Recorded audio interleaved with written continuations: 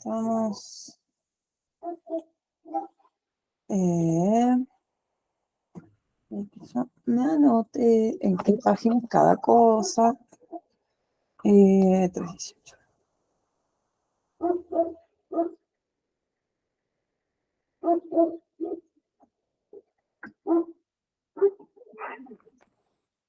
Y de acá eran 226.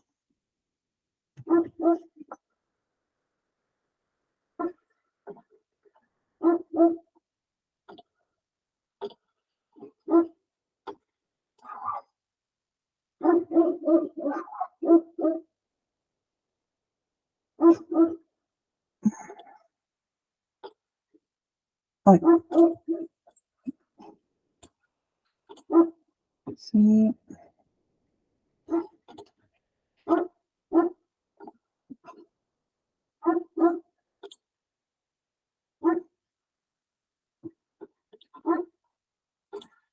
Me quedaron todos de costado. Ahí está. Bueno, de esta parte, si lo tienen en PDF, está en la página 318.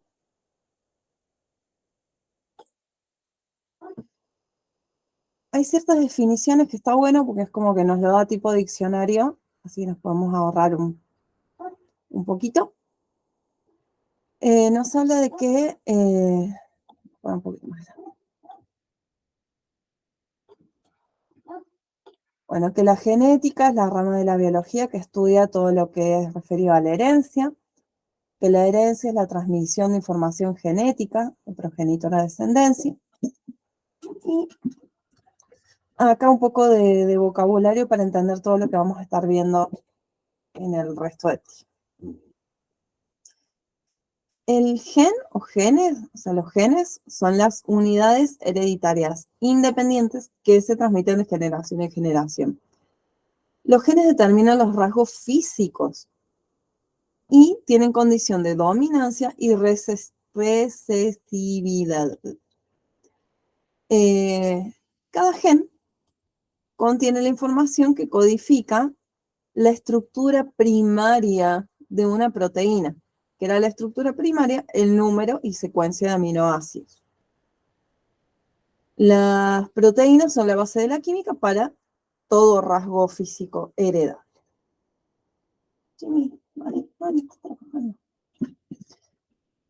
El locus es el lugar específico dentro del cromosoma a donde vamos a encontrar el gen. Si tenemos varios locus, vamos a hablar en plural, que el plural de locus es loci. El genotipo es el conjunto de genes que presenta un individuo en cada célula. Sabemos que nosotros tenemos de cada cosa en nuestro cuerpo el dato de mamá y el dato de papá. Por ejemplo, color de cabello de mamá, color de cabello de papá. Nuestro genotipo sería color de cabello de mamá, color de cabello de papá. El fenotipo es el que se expresó, el que se ve, yo lo puedo ver desde afuera, así, tenés el mismo cabello de tu madre o de tu padre. Bueno, fenotipo entonces es la expresión visible. El genotipo es el conjunto de genes, el que yo puedo ver, que va a ser el dominante, y al recesivo, que va a ser el que no se expresa. Los alelos son las formas alternativas de un gen. Uno de los alelos se ubica en el cromosoma materno y el otro en el homólogo paterno. Ambos alelos constituyen el par y codifican un mismo rasgo físico. Es el gen color de ojos, tiene un alelo para ojos pardos y otro para ojos celestes. Esto sí genéticamente lo teníamos, ¿no es cierto? Por ejemplo, mi mamá y mi papá tienen el mismo color de ojos, el mismo tono de marrón. Entonces, alelo materno, alelo paterno es exactamente el mismo. No, tengo completamente cero chances de salir con ojos celestes porque mis papás tienen ojos marrones, los papás de mis papás tienen ojos marrones. Bueno, hasta ahí conozco mi herencia genética, no sé para más arriba, pero por ese lado andamos. Entonces, no tengo dónde sacar un color de ojos celeste. Por ende, soy, con respecto al color de ojos, un individuo homocigoto. Cuando ambos alelos son idénticos y tienen la misma información, pero un rasgo físico. Entonces, es homocigoto. Se puede ser homocigota dominante, donde ambos alelos son dominantes, u homocigota recesivo, donde ambos alelos son recesivos.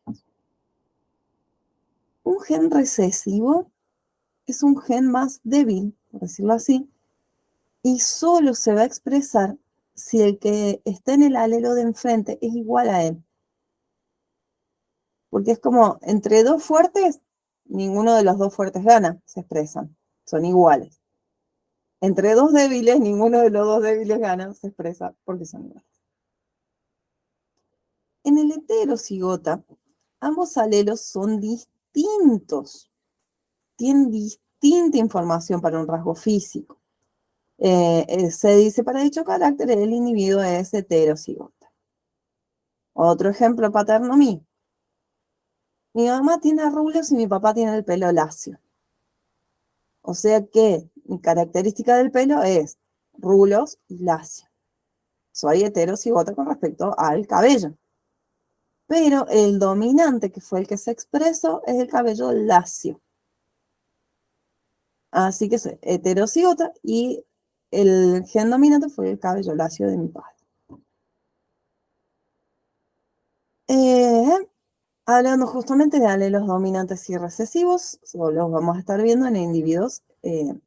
Si un individuo es heterocigota para un rasgo, lo común no resulta una mezcla de ambos, sino que se manifiesta uno solo. El que se manifiesta lo vemos en el fenotipo y es el dominante. El que no se manifiesta no lo voy a poder ver yo. Va a ser el alelo recesivo. Los genes dominantes se van a manifestar tanto en homocigotas como en heterocigotas. En homocigotas tengo dos genes que son iguales, por ende se va a expresar. Y en heterocigotas tengo un gen dominante y uno recesivo, por ende se va a expresar el dominante. Los genes recesivos solo se manifiestan en individuos homocigotas. Esto es lo que le contaba hace unos segunditos. Si es recesivo, a menos que el paralélico de enfrente sea recesivo, si no, no se expresa.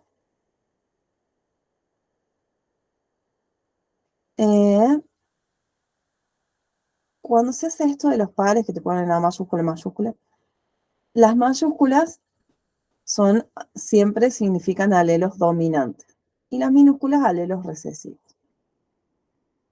Entonces, siempre vamos a tener un par, uno materno, uno paterno. Si el dominante es color de ojos pardo y el recesivo es color de ojos celestes, tengo tres combinaciones posibles. Homocigotas dominantes, homocigotas recesivos y heterocigotas. Dos de esas tres formas se van a estar expresando.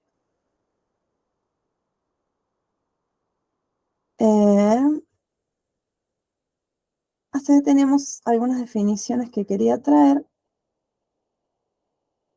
Permítame para acá. Acá. Vamos un poco al otro libro. Acá. No, esto es lo de Mendel. No, me falta una cosita. Acá está. Le dale la recesión. Bueno, proseguimos desde acá. Vamos a tener un poquito más de teoría fuerte, un poco de historia. Nos dice que la citogenética es la que se ocupa del estudio de los cromosomas.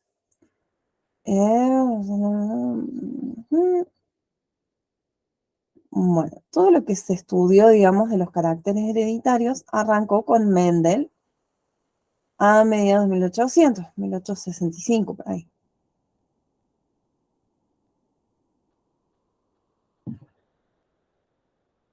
Bueno, nos cuenta que Mendel era un campesino austríaco, claramente eso no va en el examen. Ingresó en un convento y empezó a estudiar en el jardín de monasterios. Se hizo monje, básicamente. Y quiso demostrar que las características heredadas se transmiten en factores individuales. Este es el que estudió lo de las arvejitas. Agarró unas plantas de arvejillas, de las cuales hay muchas variedades, y seleccionó diferentes rasgos, como color, forma de la semilla, color de la flor, largo del tallo, y empezó a mezclar el polen de estas flores y comprobó, nosotros tenemos, digamos, las primeras plantas, serían la paternal, las que agarró. Las que polinizó y obtuvo, o sea, sembró y obtuvo, son la primera generación, que es la filial 1. Y en esta filial 1 encontró que algunos rasgos desaparecían por completo. Entonces, al que sí se expresó, lo llamó rasgo dominante. Agarró esta filial 1, originó una nueva generación, o sea, volvió a jugar con el polen, y acá, cosas que habían desaparecido las volvió a encontrar. Esto obviamente de todo lleva meses, porque tenés que polinizar la planta, que sea la semilla, sembrar la semilla, que te empiece a crecer la planta. O sea, si bien estudié esto con una planta que tiene un crecimiento bastante rápido, igual todo esto te lleva meses y meses. A ver, agarrar la florcita, la polinizás hasta que se haga la semillita, todo lleva. Cuando autopolinizó las plantas del F1, originó una segunda generación, que es la filial 2. Y cosas que en la filial 1 no aparecían, reaparecieron en la 2. Eh, y a estos que reaparecieron los llamó rasgos recesivos. Y lo aparecían en esta segunda generación en una proporción constante de 3:1. O sea que de 3, 1.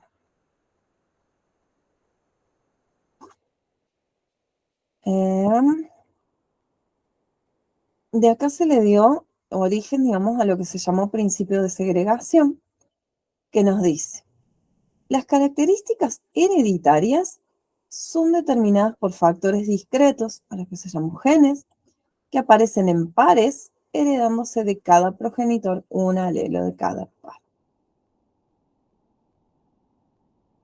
Esto, a ver, tenemos mejores dibujitos. Voy a buscar los dibujitos de acá, de Mendel.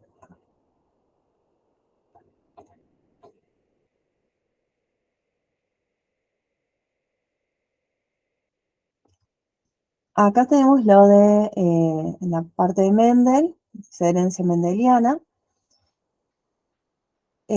Buscó, ven que teníamos, agarra las parentales, ambas homocigotas, una dominante y otra recesiva, hace la primera generación, en donde, ¿qué pasa en la primera generación? Ambas son heterocigotas,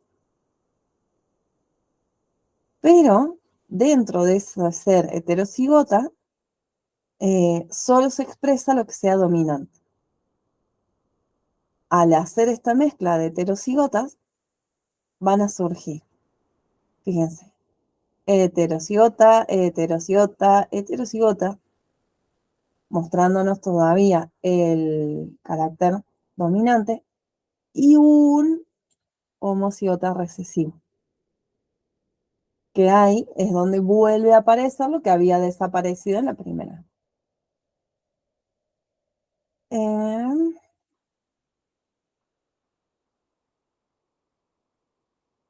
Esto, por lo menos en este cuadrito, está más lindo porque nos dice algo. Por ejemplo, que en la generación paternal eligió un fenotipo de semillas amarillas y otro tipo de semillas verdes. Entonces, en la primera generación, todas fueron amarillas. ¿Pero por qué? Porque en esa primera generación son heterocigotas y se expresa solo el amarillo. Las vuelve a fecundar a todas y de acá que va a salir. Lo pongo un poquito más grande, capaz que no se está viendo muy bien. Ahí está.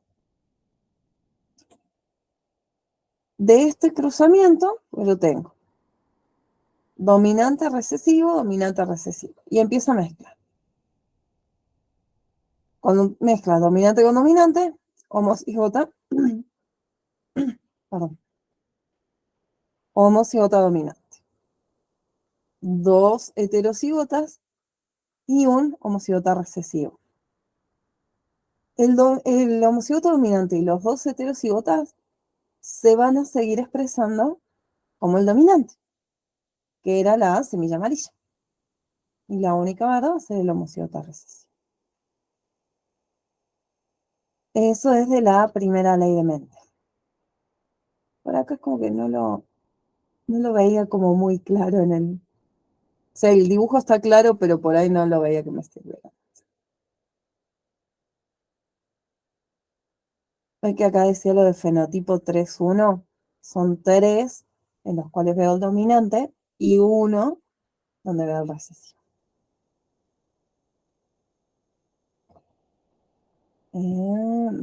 Fenotipo dominante, el segundo principio que propuso Mendel fue el principio de la distribución independiente, que dice que los miembros de cada par de genes se distribuyen independientemente cuando se forman los gametos.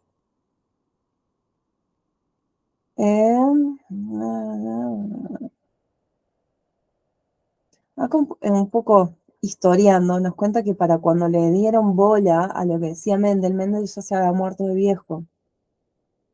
Pues se presentó estos experimentos en el 65 y nadie le dio bola. 35 años pasaron y recién en 1900 alguien encontró todo lo que había escrito Mendel y dijeron, che, mirá, está bueno.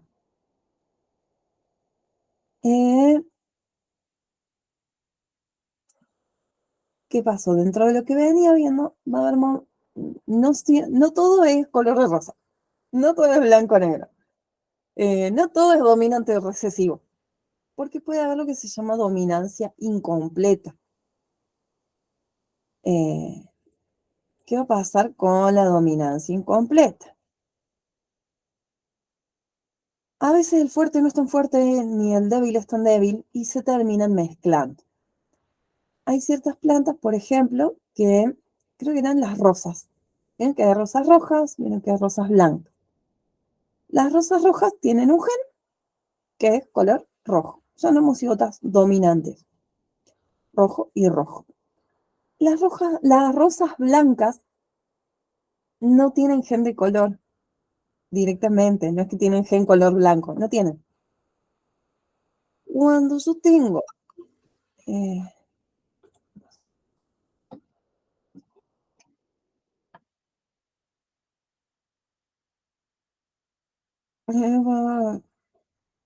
cuando yo tengo hola, vale, tengo una rosa roja que se poliniza con una rosa blanca de un alelo, voy a tener color rojo. Y del otro lado no voy a tener alelo, no voy a tener nada, porque recuerden que el color blanco en la rosa no tiene, significa que no tiene directamente un color.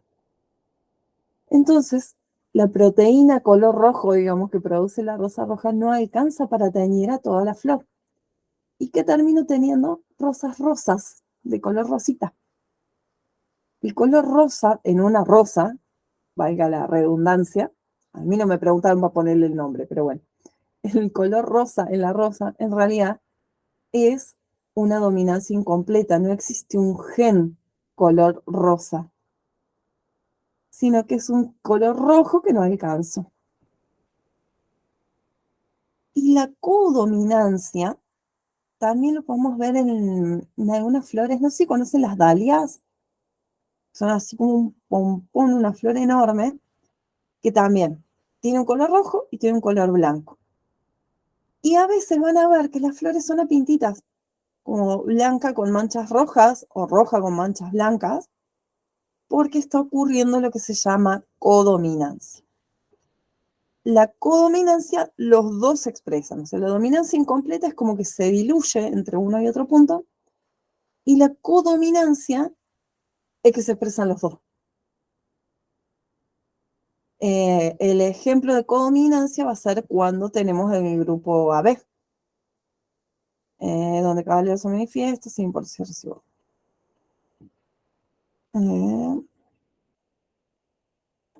Dominancia incompleta. Negro, blanco, gris. Cariotipo, esta es una definición importante, es el conjunto de cromosomas ordenados por un criterio preestablecido de acuerdo a tamaño y posición del centrómero.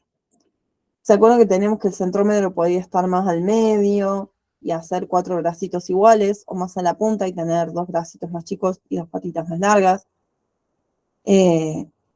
Cuando se hace un mapeo genético, se ordenan los cromosomas por el tamaño que tienen y por cómo están en su centrómero.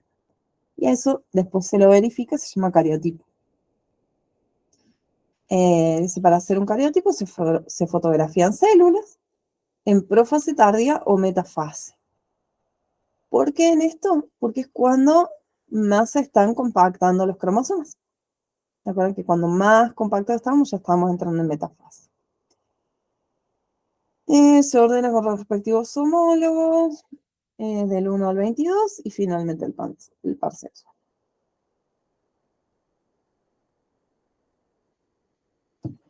Cuando se hace esto, se utiliza una técnica de tinción, o sea, se los tiñe para poderlos visualizar. Y va a haber partes que se noten teñidas más claritas y otras que se van a ver más oscuras. Y esto nos va a precisar, digamos, la cantidad, espesor, ubicación de estas bandas, y nos ayuda a diagnosticar alteraciones que puedan ser patológicas. Cuando tenemos una potencial enfermedad hereditaria, por ejemplo, eh, se hace lo que se llama un cariotipo, buscando el problema patológico directamente en el gen.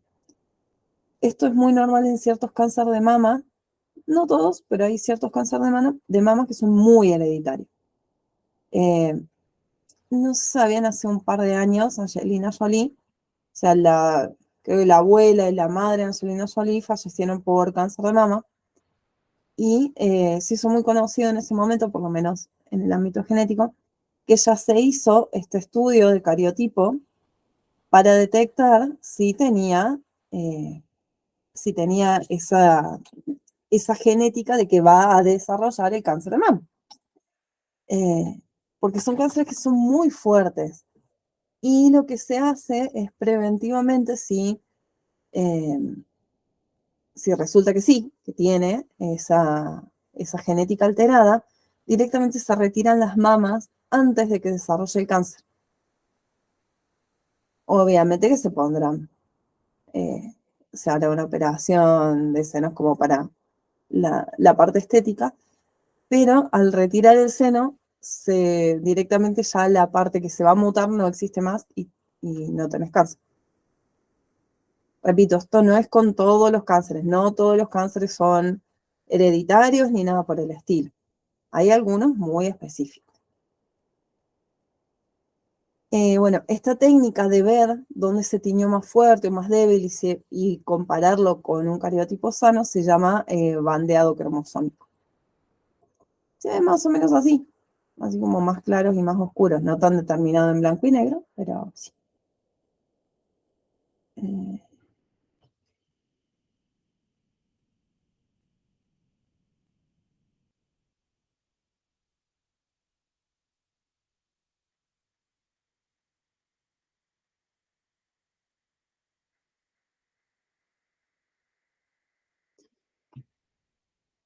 eh, bueno, las aberraciones cromosómicas, no es de manera accidental, pueden producirse cambios en el cariotipo con diferentes consecuencias. Si se cambia el patrón normal de los cromosomas, se denominan aberraciones cromosómicas, que pueden ser numéricas o estructurales. Dentro de las numéricas tenemos poliploidía y aneuploidía. La poliploidía, el número de cromosomas me falla, se aparte del valor 2n, pero siempre es múltiplo de la haploide. Puede ser 3n o 4n. Y la aneuploidía, la otra opción de aberración numérica, hay pérdida o ganancia de uno o más cromosomas. Yo puedo tener un cromosoma de menos o uno de más. Esto cuando pasa cuando me falla la separación de las cromátidas hermanas en la anafase, sobre todo en la meiosis.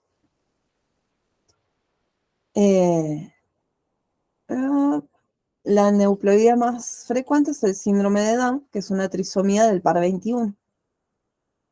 También puede afectar los pares sexuales, como por ejemplo XY o X0. Si quieren saber un poquito más al respecto, está como explicado más extenso la neuploidía en el cascal.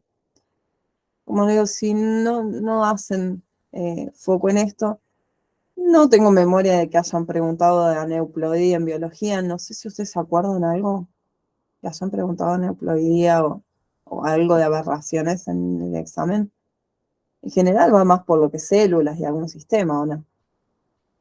Sí, ¿no? Como les digo, lo vemos para que les suene, si les dicen algo, que no estén en boleros, pero no vamos a hacer algo tan largo de esta parte. Las aberraciones estructurales se altera la composición u organización de uno o más de los cromosomas. De lesión es la pérdida, o sea, se le corta un pedacito y se pierde. Pérdida de un segmento cromosómico puede ser de cualquier parte, terminal, intermedia, mientras que sea entre el centrómero y el telómero. La duplicación ocurre cuando un segmento fragmento se encuentra representado dos o más veces. La translocación, tengo un segmento que tiene que estar acá y me aparece por este otro lado. La inversión es el reordenamiento del material, que se fractura el cromosoma y se fusiona girando 180 grados sobre su eje longitudinal. Me queda al revés, chicos, esto. Esto va así y se corta y se pone para el otro lado. Sabemos lo que es leer un ADN para hacer un ARN mensajero. Esto me está quedando patas para arriba, significa cualquier otra cosa menos lo que estaba.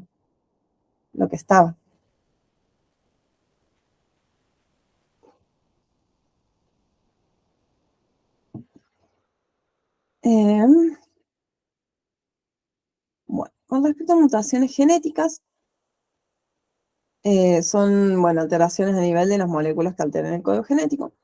Puede haber aumento, disminución o reemplazo de una o más de las bases nitrogenadas. Lo otro era a un pedazo del ADN. Acá vamos a la base nitrogenada. La consecuencia va a ser que se origine una proteína alterada, cuya actividad puede ser deficiente, nula o distinta. Las mutaciones pueden ser producidas por agentes ambientales o de forma espontánea. Agentes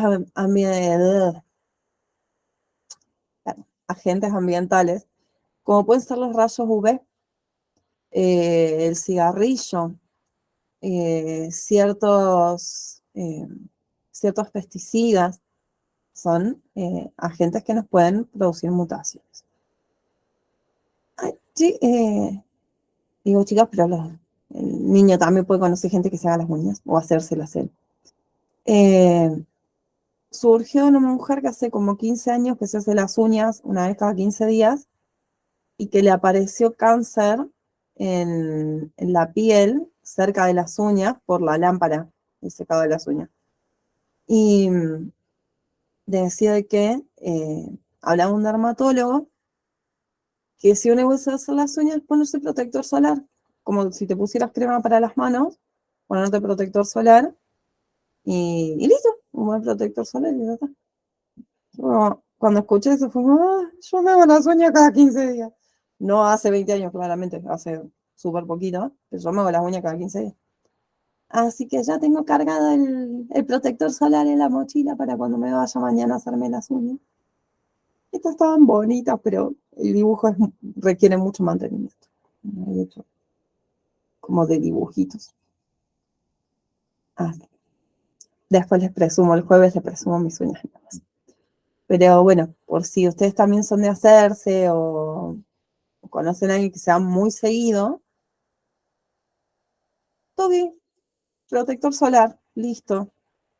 No hay, se elimina todo riesgo con algo tan tonto como ponerse un protector solar cuando te vas a hacer las uñas, nada más. Volviendo a lo de las mutaciones, cuando la mutación ocurre en una célula germinal, se transmite a la descendencia. O sea, si a mí hoy se me muta la del dedo, porque le doy con la lámpara, y mañana tengo hijos, no les voy a transmitir esa mutación. Pero si se me muta una célula germinal, o sea, un óvulo o el ovocito, algo de antes de eso, sí se lo transmitiría a la descendencia. Tenemos mutaciones que serían ligadas al sexo. Sabemos que el único par de cromosomas no homólogos es el par sexual del varón, porque tiene una X y una Y. La mujer tiene homólogos, así que ahí sí. El cromosoma X contiene muchos losis que se necesitan en ambos sexos, mientras que el Y, que es más chiquito, posee unos cuantos genes relacionados con la masculinidad. Por ejemplo, la barba, la testosterona. Los rasgos controlados por los genes localizados en el cromosoma X eh, se conocen como cromocaracterísticas ligadas al sexo o al cromosoma X. El varón tiene un cromosoma X de la madre y el Y del padre. La mujer tiene un X de cada uno. Si una mujer posee un cromosoma X, en un cromosoma X, perdón, un gen que sea patológico o mutado en que sea recesivo, en el par homólogo tiene un X sano y la patología no se va a expresar. Pues yo tengo un X enfermo, pero tengo un X acá que está sano y el enfermo es recesivo, entonces el X sano lo tapa. No significa que no existe, sino que no se expresa.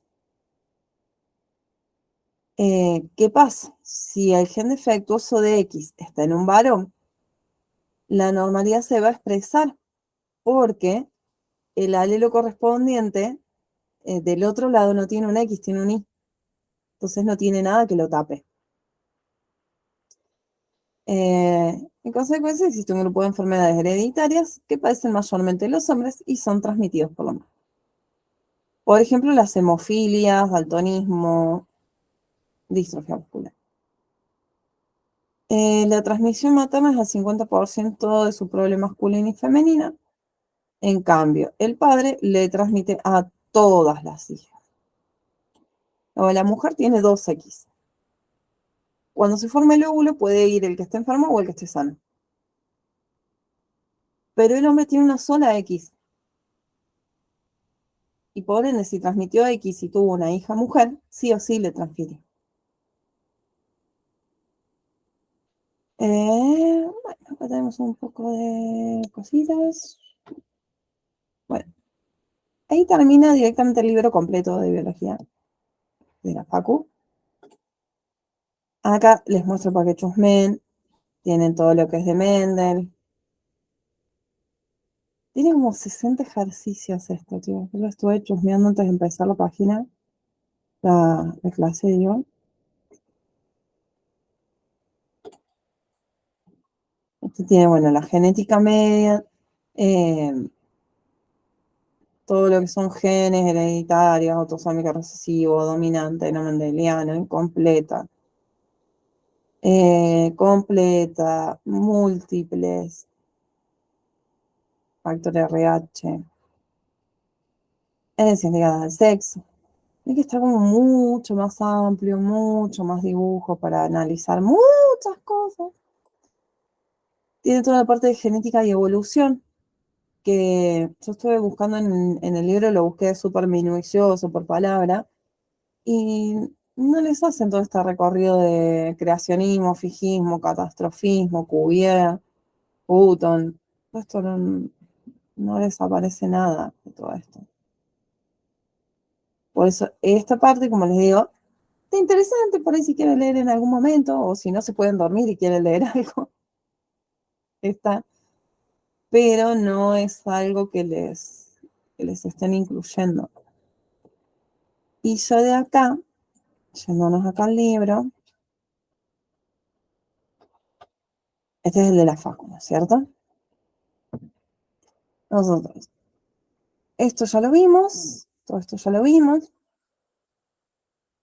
eh, todo esto ya lo vimos, tenemos que ver ecosistema y funciones del cuerpo. Así que vamos a ver lo de ecosistema, fíjense que es súper poquitito, vamos a dedicarnos a ver esto hoy, y en las clases que vienen vamos a ver lo de las funciones del cuerpo. Página 29. Ya nos queda poquitito. Bueno,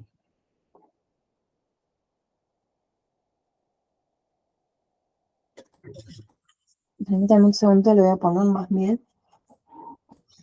Y estoy acá nomás, así que no se me vaya.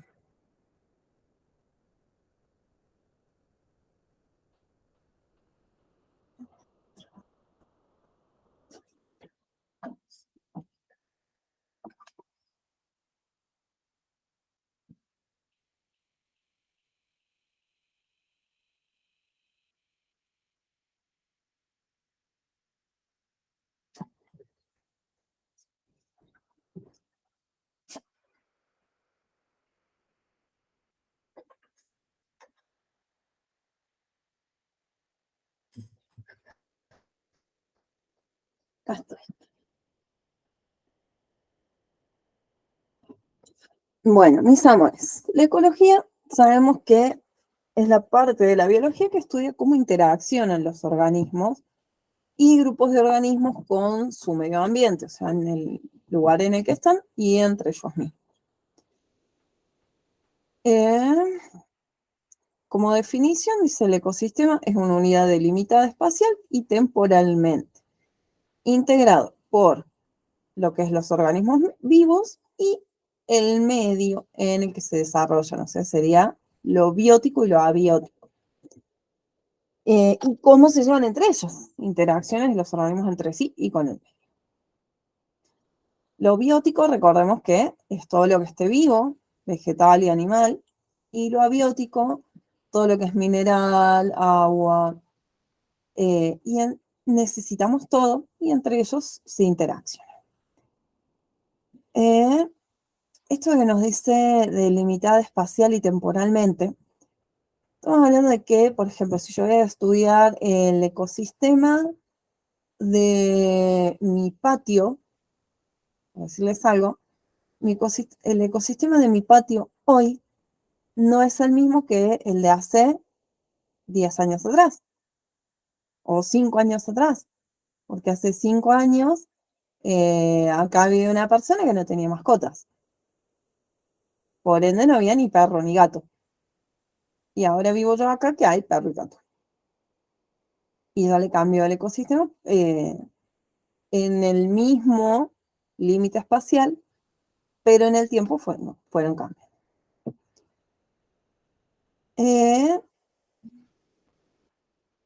La ecología se comprende el estudio de los siguientes niveles, en lo que es lo abiótico, lo va a llamar al estudio de biotopo, y el orden biótico, población, comunidad, ecosistema y biosfera en sí.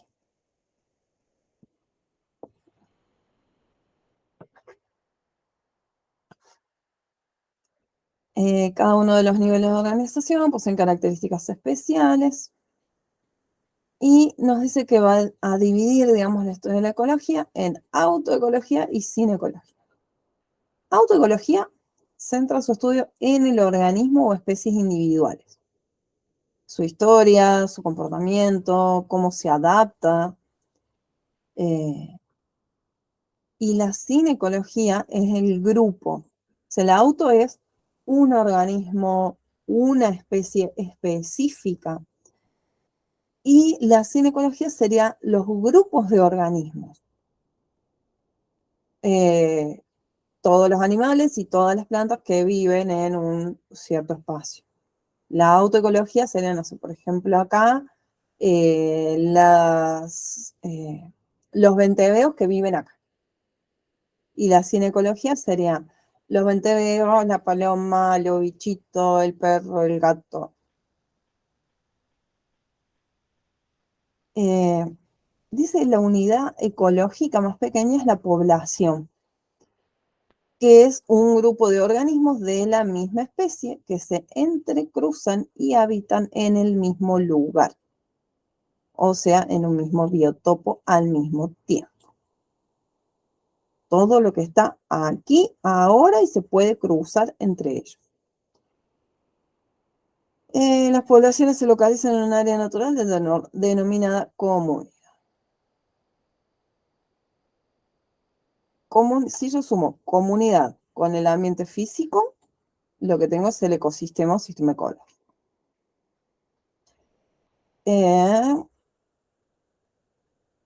Sin eso sé que cada uno define el tamaño del ecosistema. Como les digo, yo puedo estudiar mi patio sin estudiar el patio de mis vecinas. Es decir, sí, la tierra es la misma, o sea, hay un alambre nomás. Bueno, pero yo defino que estudio hasta acá. Eh, bueno, el ecosistema mayor sería todo el planeta. Y le llama biosfera, digamos, a toda la Tierra. Yo no sé por qué le buscan más nombres a las cosas. No sé qué opinan ustedes. Pero es como si ya sabemos que la Tierra es todo el planeta, con su agua, con su aire, con su tierra, con sus animales, con sus vegetales. ¿Por qué hay que necesitar ponerle otro nombre? Y le pone biosfera. Colaborame un poco, si ya tiene nombre, deja de tratar de volver a inventar la rueda. Ya tiene nombre, se llama Tierra, se llama planeta, a falta de un nombre. No, eso le ponen biosfera, pero bueno. Ganas de ponerle más nombre a las cosas. Eso ya, alumnos, y bueno, ahora voy a decirles unidad estudiantil de la profesora Eileen. Alumnos, alumnos de la profe Eileen. ¿Por qué le buscan tanto? Eso que tiene la biología. A mí me parece maravillosa la biología, me encanta aprenderla, estudiarla, pero hay ciertas cosas que vos decís, estás muy al pedo y sos muy redundante. Esto también se dio mucho y creo que es uno de los motivos por los cuales se inventó el Internet, que vos tenías científicos alrededor de todo el mundo estudiando lo mismo y sin comunicarse entre ellos. Entonces, a esto uno le decía tacita térmica, el otro le decía vasito, el otro le decía cosito con tapa, y todos estaban estudiando la misma pelotudez, pero todos le ponían distinto nombre. Para cuando se globaliza todo, se inventa Internet, y yo les digo, bueno, voy a hacer una exposición sobre mi contenedor de bebidas calientes. Y va a saltar Abby, pero yo eso le digo cosito térmico. Y va a saltar Candy y va a decir, yo le digo tacita. Y va a saltar la Andrew y yo le digo vasito. Y todos estábamos estudiando lo mismo. Entonces quedó como demasiado redundante. Y yo creo que hacen falta 50 años más para que todos reduzcan un poco esta redundancia y se vayan poniendo de acuerdo de nuevo. Porque bueno, los libros ya quedaron escritos y todavía se siguen utilizando libros de hace 50 años atrás. Así que pasa esto de que haya cosas tan redundantes. A veces dicen, ¿me está diciendo lo mismo? ¿O está diciendo dos cosas distintas y yo no le encuentro la diferencia? Y no, son 50 nombres para lo mismo. Eso es lo que no me gusta tanto de la biología. En química es como más esto. Listo. Pero la biología tiene esa amplitud que por ahí cansa un poco. Por lo menos a mí me cansa, me imagino que a ustedes también. Veamos las propiedades de las poblaciones. Dice que en toda población hay dos propiedades que se interrelacionan, su densidad y su patrón de distribución espacial. La densidad es la cantidad de individuos por unidad de área. O sea, cuántas personas viven por metro cuadrado o por kilómetro cuadrado. mientras que el patrón de distribución espacial describe la ubicación espacial de los órganos. Por ejemplo, en la provincia de Córdoba, si yo divido el terreno completo de la ciudad de Córdoba con la cantidad de personas que viven, me va a decir una cosa, que no es lo mismo la distribución espacial, porque la gran mayoría de las personas viven entre Córdoba, Carlos Paz y Río Cuarto. Y venís a mi pueblo, capaz que en Córdoba hay una densidad poblacional de, no sé, 50 personas por kilómetro cuadrado. Calculo que serán más, pero bueno, por tirar un número. Y en mi pueblo capaz que hay una persona por kilómetro cuadrado. Ahí está la diferencia de la distribución espacial. Donde hay mayor densidad no es lo mismo que en todos lados. No es lo mismo la densidad, el patrón de distribución espacial, mismo en la ciudad de Córdoba. No es lo mismo la cantidad de gente que vive por metro cuadrado en Güemes o en Alta Córdoba, donde tenemos edificios altísimos, que si nos vamos a Barrio San Martín, que son todas casas. Y en el mismo espacio donde otro vive un edificio con 20 pisos, tenés una casita donde vive una pareja de abuelitos. Claramente tenemos distinta distribución. Estos parámetros poblacionales permiten caracterizar y comparar poblaciones. Vamos a tener patrones de crecimiento, que es el potencial reproductivo de casi todas las especies, pero pocos alcanzan su tasa de crecimiento máximo. La tasa de incremento de una población es el aumento de la cantidad de individuos en una unidad de tiempo. Eso se suele medir mucho con bebés nacidos y que llegan al año de vida por año. Este año nacieron tantos bebés, el año pasado tantos más. A veces se sostiene en un número más o menos parejo y a veces hay un crecimiento mucho mayor o baja. En Europa, por ejemplo, se está registrando una baja de los patrones de crecimiento, nada, cada vez menos. Nacen cada vez menos niños porque tanto las mujeres como los hombres se están entregando más a lo que es eh, un desarrollo económico, a estudiar, a mantenerse trabajando y no a la crianza. Y por ende no se reproduce. La capacidad de carga nos dice que el tamaño de una población suele ser bastante constante. La cantidad de individuos no suele depender del potencial reproductivo, sino del ambiente. La cifra en la cual la población se estabiliza se llama capacidad de carga. La tasa de mortalidad creo que se define por sí sola. Es el número de funciones de una población por cada 1000 habitantes. De funciones por cada 1000 habitantes durante un año.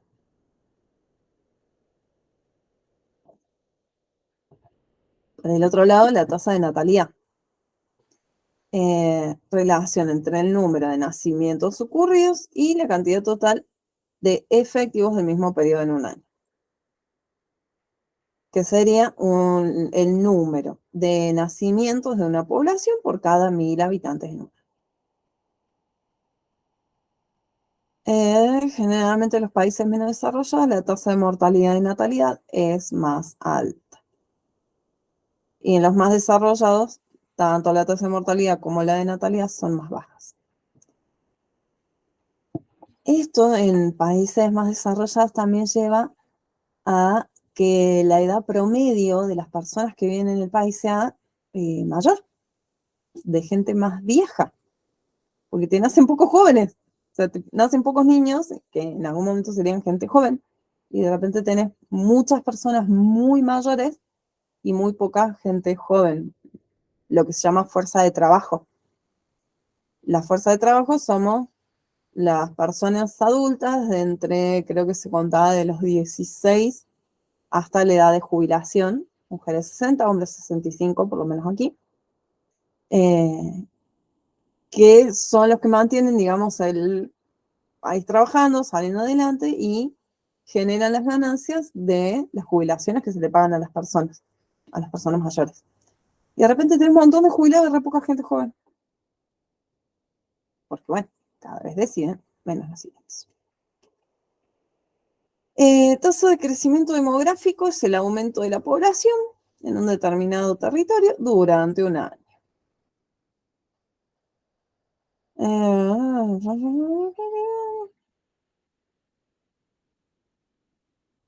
Sí, sí, tal cual. En Europa pasa eso.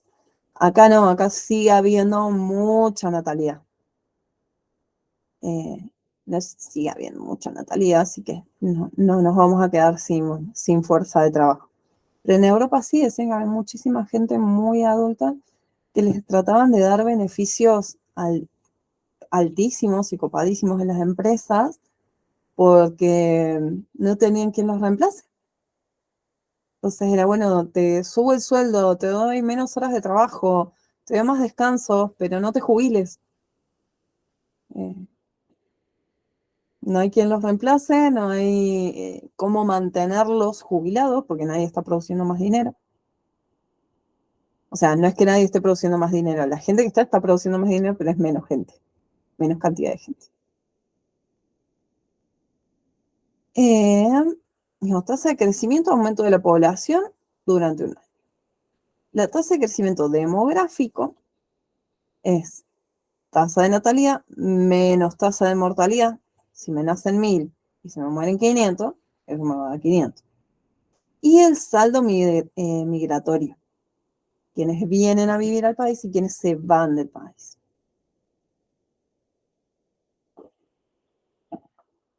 Se puede hacer una representación gráfica en pirámide para la distribución por edad y sexo de la población.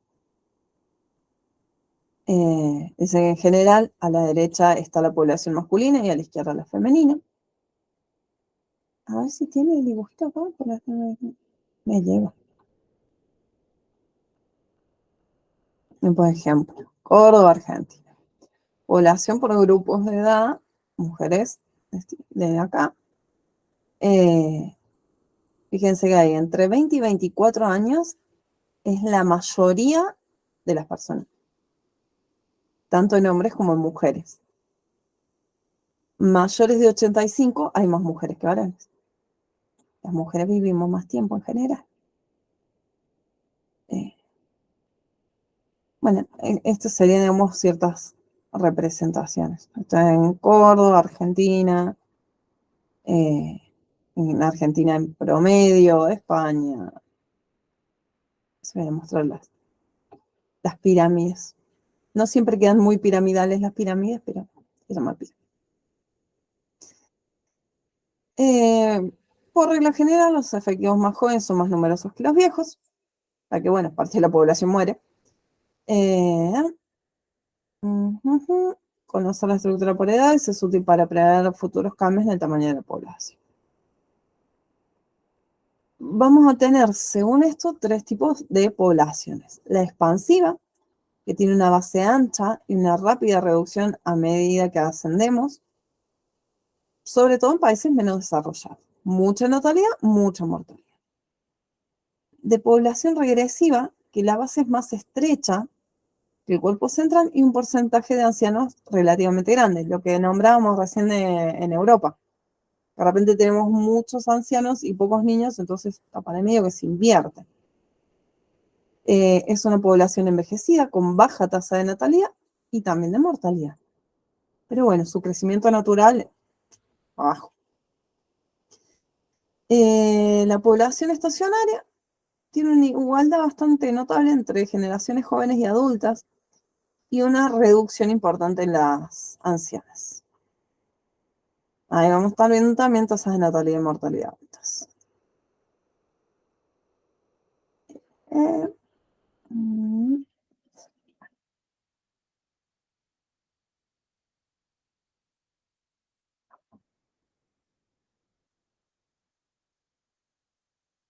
Bueno, hablando de lo que son las interacciones entre, entre las diferentes comunidades, vamos a tener distintas categorías: competitivas, depredadoras y simbióticas. En la competencia vamos a tener interacción entre organismos de una misma especie o de diferentes especies que utilizan el mismo recurso y del cual hay cantidades limitadas. O sea, por ejemplo, carnívoros. Carnívoros cazadores. Bueno, de la cantidad de herbívoros que van a ser cazados por esos carnívoros cazadores, no hay tantos. Entonces los cazadores empiezan a competir entre sí. El más fuerte gana, el otro se extingue. Mm,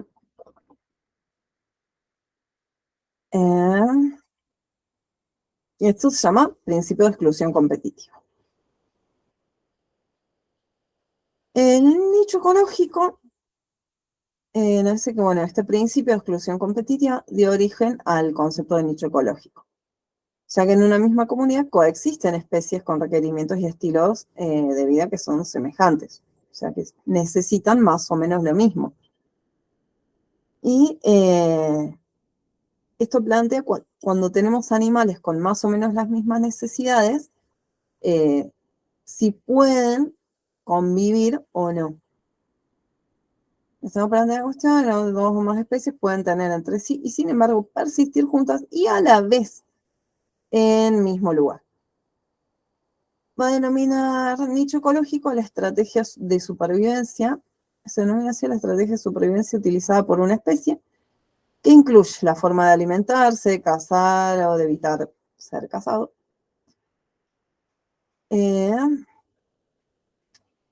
Dice que no es el espacio que ocupa, sino el papel que desempeña. El nicho ecológico de un organismo depende de dónde vive, de lo que hace.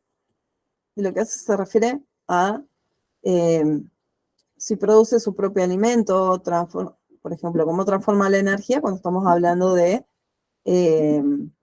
la captación de luz, como lo hacen las plantas, o si requiero comerme la planta, o si requiero comerme el animal que se comió la planta. Cómo reacciona con su medio físico y biótico, cómo es influenciado por otras especies, si es más fuerte, si es más débil. Y ahí sí el papel que desempeña cada individuo va a ser único. Por más que tenga las mismas necesidades que otros, su papel va a ser único. Va a haber algo eh, que lo separe del otro, que por más que tengan las mismas necesidades, tengan una diferencia.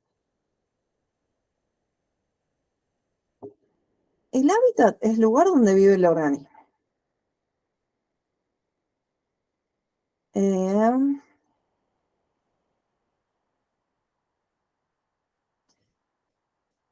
No, ese lugar incluye la unidad de relieve, el organismo soporte, el microclima, el suelo y el resto de los seres vivos que están en ese mismo lugar. Depredación creo que es un concepto que conocemos. El consumo de organismos vivos, tanto de animales como de plantas, por otros animales o plantas. Todos los organismos de una población forman parte de una red alimentaria. Esto implica un predador y una presa. Los depredadores emplean una gran variedad de técnicas para asegurar su sustento. Los individuos que consiguen aprovisionarse más efectivamente van a tener un mayor número de descendientes. Obviamente, si el cazador es mejor cazador, va a poder tener más descendientes, pues se va a mantener vivo y va a mantener viva su descendencia. Y en lo que son animales que son presas, los individuos que tienen más éxito en evitar ser comidos van a ser los que dejen más descendencia. Por ejemplo, el que corra más rápido. La depredación va a afectar tanto el número de individuos en una población como la diversidad de especies en nuestra comunidad. Esto se suele ver mucho con el tema de cuando metemos una especie a un hábitat al que no pertenece y de repente esa especie es depredadora y, y el animal que consume nunca se tuvo que defender de él. Entonces no se sabe defender y se te termina extinguiendo una parte de tu hábitat. Y eso ya desbalancea todo, porque ese se comía a otro o a otra planta, que de repente como la planta no se la come nadie, empieza a tapar a otras plantas que se comían otros animales y ya se te va todo al mismísimo. Ya. La simbiosis ya es algo mucho más tranqui. Es una asociación estrecha y duradera entre organismos de diferentes especies, donde vamos a tener tres opciones: parasitismo, mutualismo y comensalismo. El parasitismo, tenemos un parásito y un huésped. El parásito se beneficia, pero el huésped se perjudica. Por ejemplo, la bacteria, la E. coli, en el torrente sanguíneo produce lo que se llama septicemia, produce cosas graves, te puede llegar a morir. Si está en el torrente sanguíneo, pero la E. coli debe estar en el intestino, en el lumen del intestino. Si está en el lumen del intestino, está todo re bien y está produciendo cosas que no son útiles, que son buenas para nosotros, pero en la sangre no.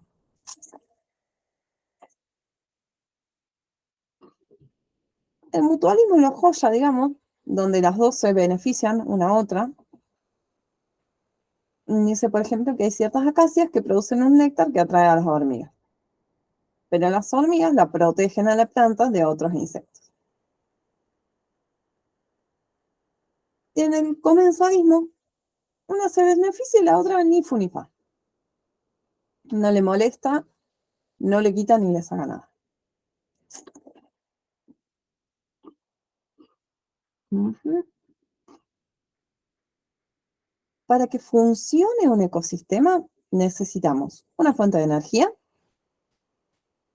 que mantiene la vida, la fuente primaria y principal, siempre va a ser la del sol.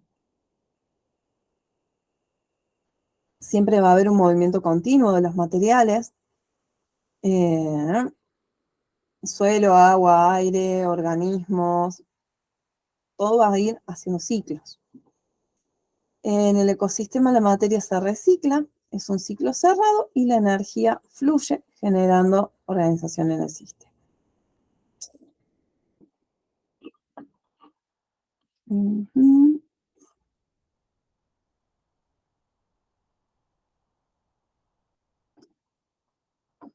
De toda la energía del sol que nos llega, menos del 1% de la energía solar que llega al planeta se convierte a través de la fotosíntesis en las plantas en energía biológicamente útil. Esta energía lumínica se convierte a energía química por plantas y algas. Ya sabemos, fotosíntesis. Estos seres vivos y los que se alimentan de ellos transforman la energía en otros tipos. Sabemos que la energía no se pierde, sino que se transforma. La planta transforma la energía lumínica en energía química. La energía química que produce la planta es, al ser consumido por un animal, por ejemplo, convierte esa energía química, por ejemplo, en una energía mecánica, en una energía cinética, en muchos tipos de energía. Y esto produciendo lo que llamamos cadena alimenticia.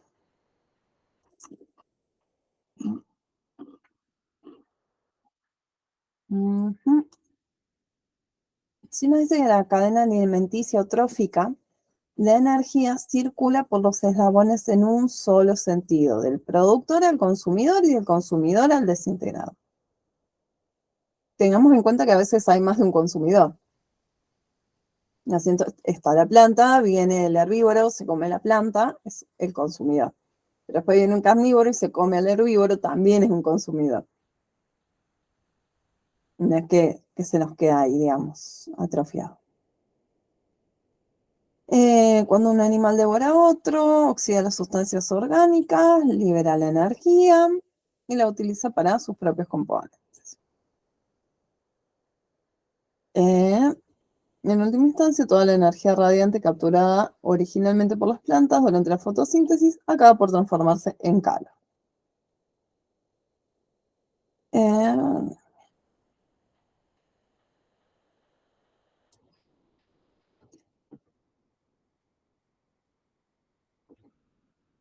bueno, como estructura trófica, nos dice que podemos encontrar productores, consumidores y descomponedores. Eh, los consumidores primarios van a ser los herbívoros que ingieren y metabolizan a los productores primarios. Después viene el carnívoro, que se va a comer al herbívoro y va a ser un consumidor secundario. Y si hay un carnívoro que se alimenta de ese otro carnívoro, va a ser un consumidor terciario y así sucesivamente. Los productores son fotosintéticos. Siempre son, digamos, el comienzo de esta cadena.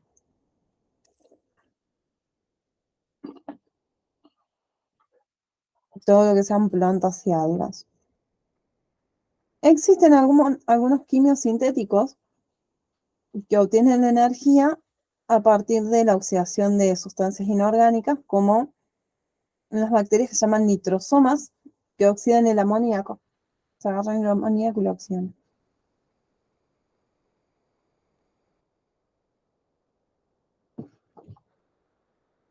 Eh, los consumidores no pueden elaborar moléculas orgánicas complejas a partir de sustancias inorgánicas simples. Por eso deben alimentarse de otros seres vivos que ya lo hayan hecho. Un consumidor, como nosotros, no puede armar una glucosa a partir de dióxido de carbono y agua. No lo puede hacer. Puede armar una glucosa, sí, pero de precursores bastante más grandes y que vienen de algo que ya era más grande y se rompió.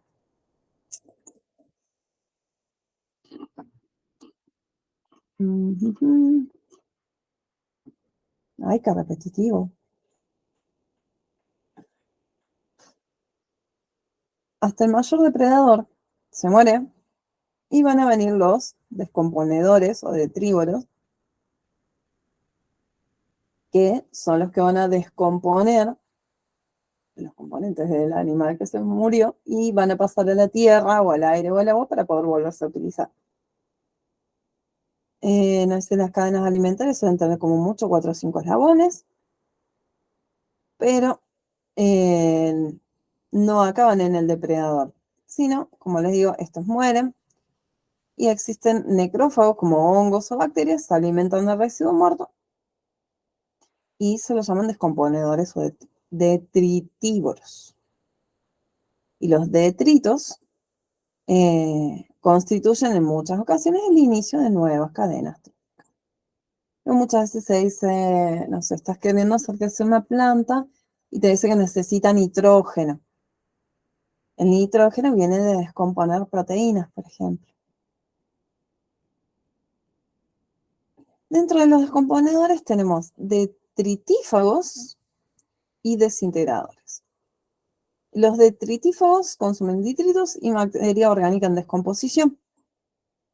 Eh, son animales en general, buitres, hienas, chacales, eh, algo más chico, como algunas larvas.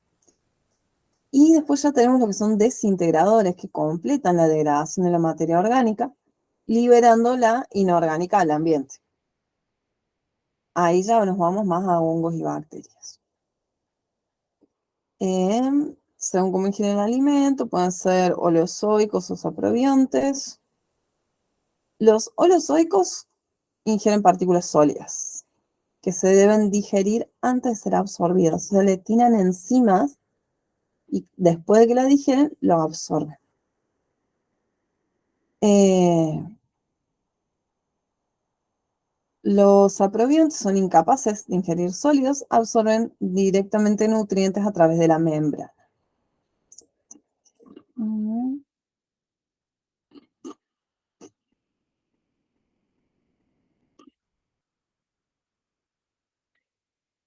un poco de bla bla.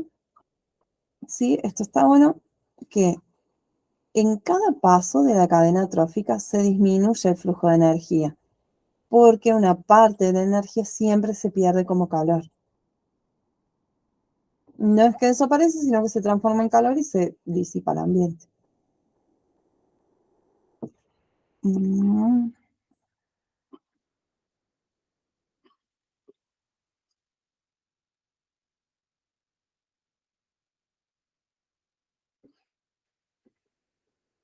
ciclos biogeoquímicos. Ujú.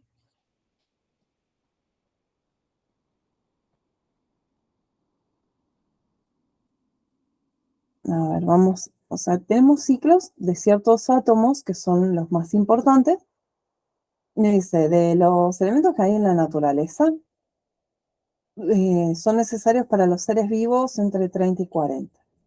Los que más necesitamos, carbono, hidrógeno, oxígeno y nitrógeno. Los ciclos de estos elementos, o sea, se van ciclando para poderse reutilizar. Tenemos el ciclo del carbono. Sabemos que el carbono inorgánico está en la atmósfera como dióxido de carbono.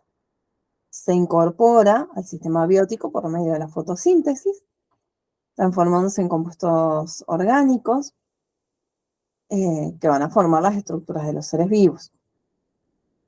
Estos compuestos se vuelven a degradar en dióxido por acción de los organismos descomponedores. O sea, viene la planta, agarra el dióxido, forma glucosa. Vengo yo, me como la planta y esa glucosa la oxido hasta dióxido de carbono y agua también. Existen grandes depósitos de carbono también en los mares, atmósfera y bajo tierra. Eh, bueno, la contaminación industrial y urbana incrementa la cantidad de dióxido en la atmósfera.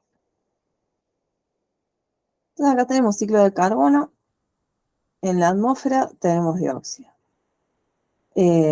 La planta capta, junto con la luz, forma nutrientes, se los come el animal los oxida, se vuelve el dióxido. Ciclo de carbono. El de nitrógeno por más es un poco más largo y un poco más denso. Eh, nos dice que la mayor parte del nitrógeno inorgánico se encuentra como gas, como nitrógeno 2.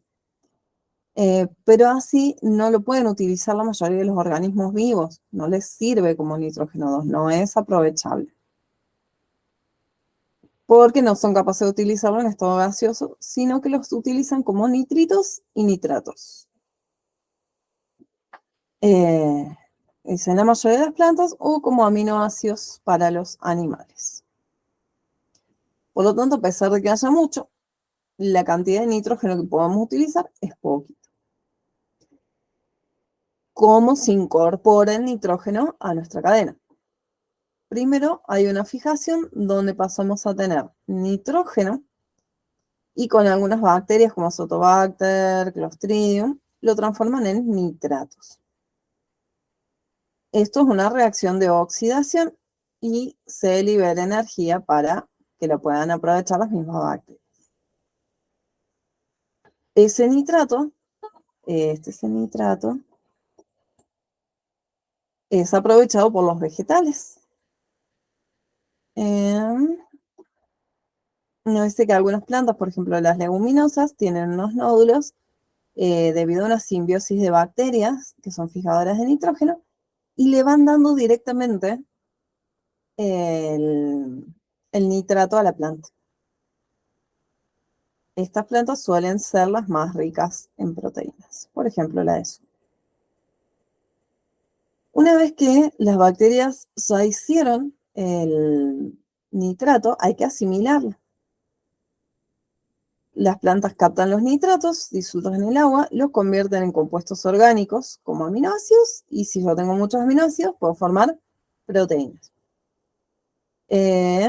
Los animales se alimentan de las plantas, obtienen las proteínas y aminoácidos para sus cuerpos. Ahora, si ya tengo los aminoácidos, las proteínas, ya las utilicé y las desecho, o el cuerpo se murió, por ejemplo, los compuestos de nitrógeno regresan al suelo en forma de compuestos orgánicos, como urea y urato, a través de la excreción de los seres vivos. Para esto van a venir los descomponedores, como bacterias y hongos, eh, y van a hacer lo que se llama amonificación.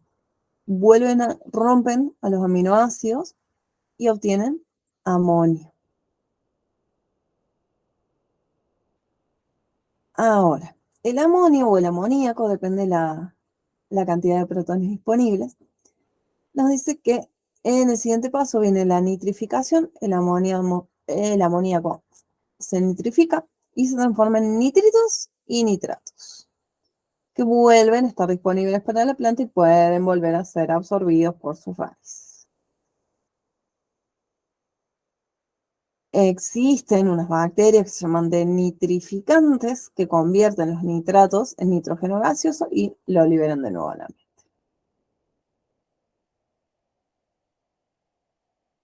Supo haber, no sé si en estos últimos turnos, pero una que era una pregunta en biología que eran los pasos del ciclo del nitrógeno. El orden, que era esto de fijación, asimilación, amonificación y nitrificación. Y te los daban, digamos, en distintos órdenes. Aviso, para que lo tengan en cuenta.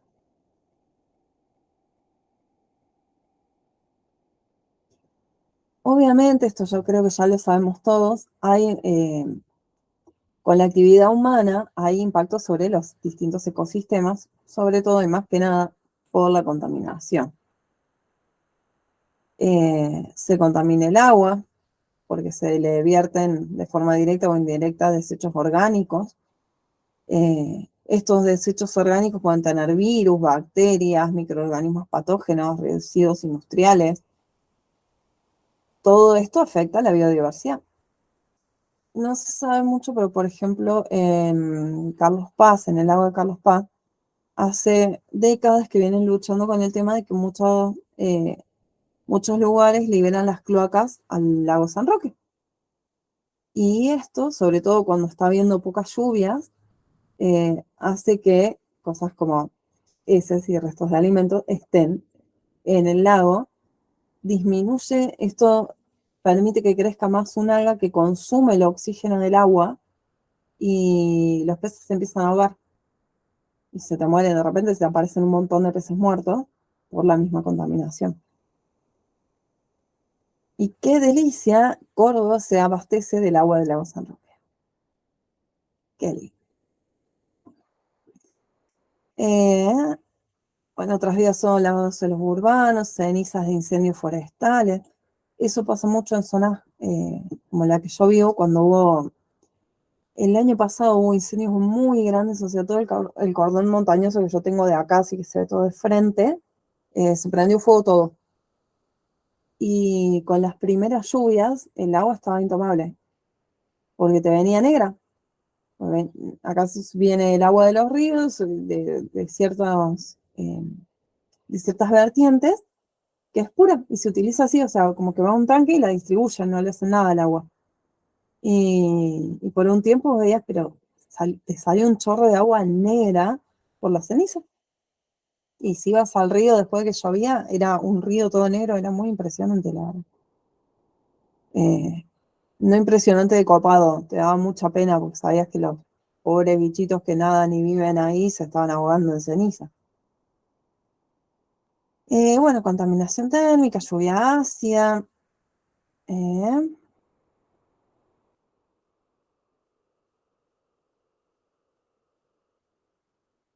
bueno, nos dice, esto es la eutroficación, cuando un lago o río presenta un suministro muy elevado de nutrientes y debido a ello soporta un abundante desarrollo vegetal de algas y cianobacterias, se dice que está eutroficado. Esto puede ser de forma natural o como resultado de la contaminación, lo que hablamos recién del tema del lago. Puede contaminarse por vertidos, excesos fertilizantes, lo que sea.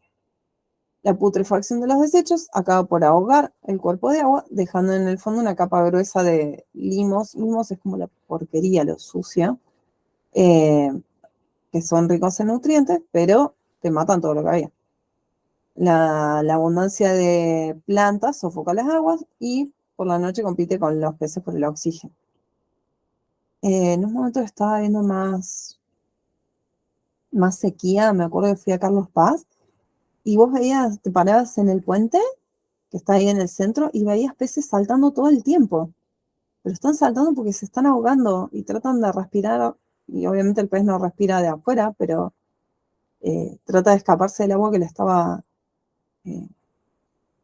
sofocando. Pero era impresionante. No es que veías uno de vez en cuando, te ponías así, mirabas y veías un montón de peces saltando. Bueno, la eutroficación irrestricta acaba por convertirse en desastre ecológico. ¿Qué es lo que va a pasar si siguen haciendo eso? El aire también sabemos que se puede contaminar.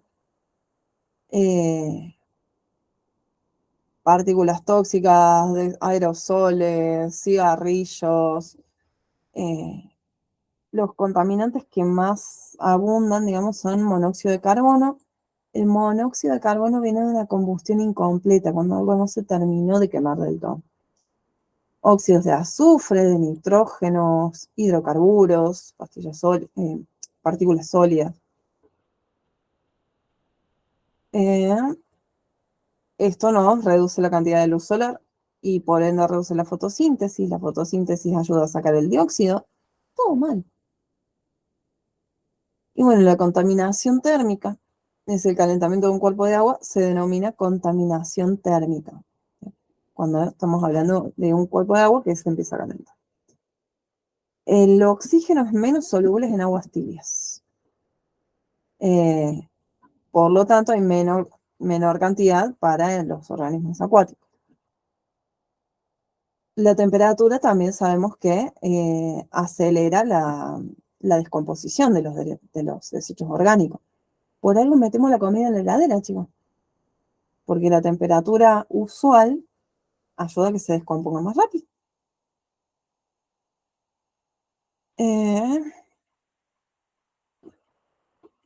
Capaz conocen, seguramente hayan escuchado del efecto invernadero, que ciertos gases como el monóxido, el dióxido, el metano, dejan pasar longitudes de onda más cortas del Sol, llegan a la superficie y la calientan.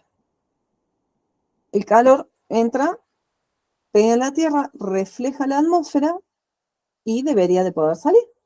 Pero con esta capita de dióxido, monóxido y metano no puede salir y queda rebotando entre la capa de ozono y la Tierra, y cada vez viene más calor y cada vez tengo más calor dando vueltas. Cada vez tengo más ondas del Sol dando vueltas y esto produce el efecto invernadero. Levanta la temperatura. Esto levanta la temperatura del agua también. Ni hablar de la contaminación por materiales radioactivos. El tema de la explosión de armas nucleares, termonucleares. Por ejemplo, el estroncio radioactivo tiene una vida media de 28 años. Encima puede alojarse directamente en el organismo, inducir un montón de mutaciones que puedan ser transmitibles a la descendencia. Todo lo que produzca óxidos de azufre y de nitrógeno van a terminar causando lluvia ácida.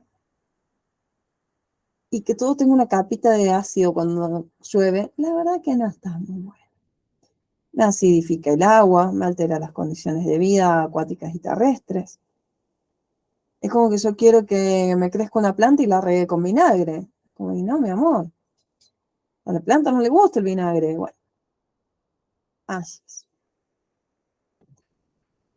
Amores de mi vida, acá tenemos toda una guía de lo que es el estudio del ecosistema. Por hoy hemos terminado. En la clase que viene ya arrancamos con todo lo que es la parte más anatómica de la biología. Espero no haberlos aburrido demasiado en el día de hoy. Fue súper teórico y por ahí un poco rápido y un poco lleno de mis ideales biológicos. Los impulso a investigar más de ciertos temas cuando el tiempo y las ganas les den. Y nos estamos viendo todos mañana en química. Les mando un beso gigantote. Cuídense, mis amores. Chau, chau, chau, Profe. chau. Chao, profe, nos vemos. Chau, chau.